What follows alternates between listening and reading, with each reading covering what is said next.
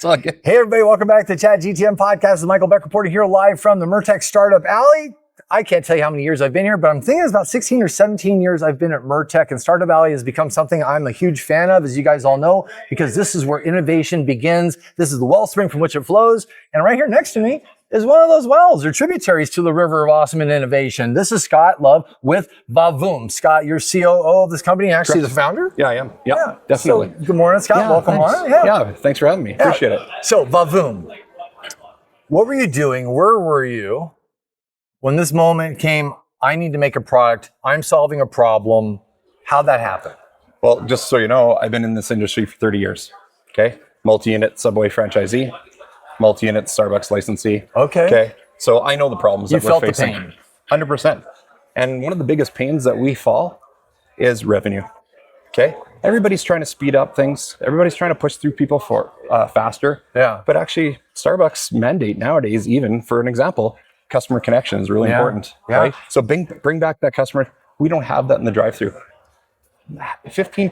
Only 15% are recognized in the drive-thru, right? If they have a loyalty app or they scan a code. Sure. Right? But now our patented AI vehicle recognition software recognizes those people, connects those things together, okay? Parts of the platform, loyalty, whatever, POS, whatever it is.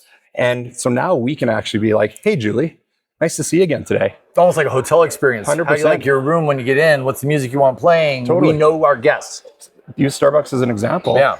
Complex drinks. Hey, Julie, would you like to get the same thing you got yesterday? Right? So I'm going to get a little contentious, just slightly.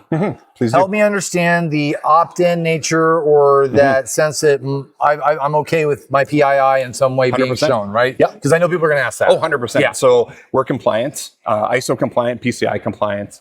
Okay. We tokenize and create a thumbprint of that vehicle. Okay. There's a bunch of attributes that go into play, and that is anonymized. Okay. So the opt-in is a couple different ways. If they're in loyalty, they opt in through their loyalty. It says, yeah, you can scan my card. Yep. Okay.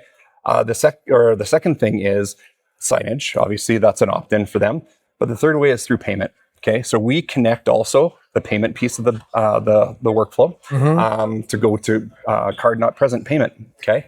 So the first time that you present your credit card at that drive-through, you also get asked if you want to opt in. One time, you'll never have to show your credit card or anything ever again. Okay. And you've opted into the whole workflow. Got it. So then it's tying into POS data, the credit card data, camera data to then give you a full picture of the customer. 100%. But the big thing here is that we're about upselling and creating AOV. Okay.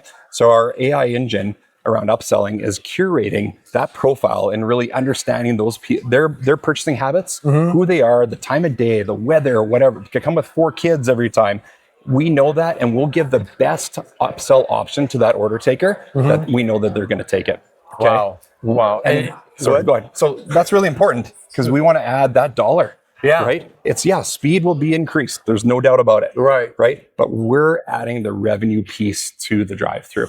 And are you capturing actually the language being used by the order takers, or is it more, I'm presenting a prompt to say, here are the following items you should suggest in this order? Walk me through that a little bit. So the first time that you come through, obviously, we're just generating that information. We're starting a profile. You keep coming through there, our AI is learning you and it understands your buying habits, what you like, what you forgot today potentially. If you go to McDonald's, you order a Big Mac meal, but you always take 10 nuggets.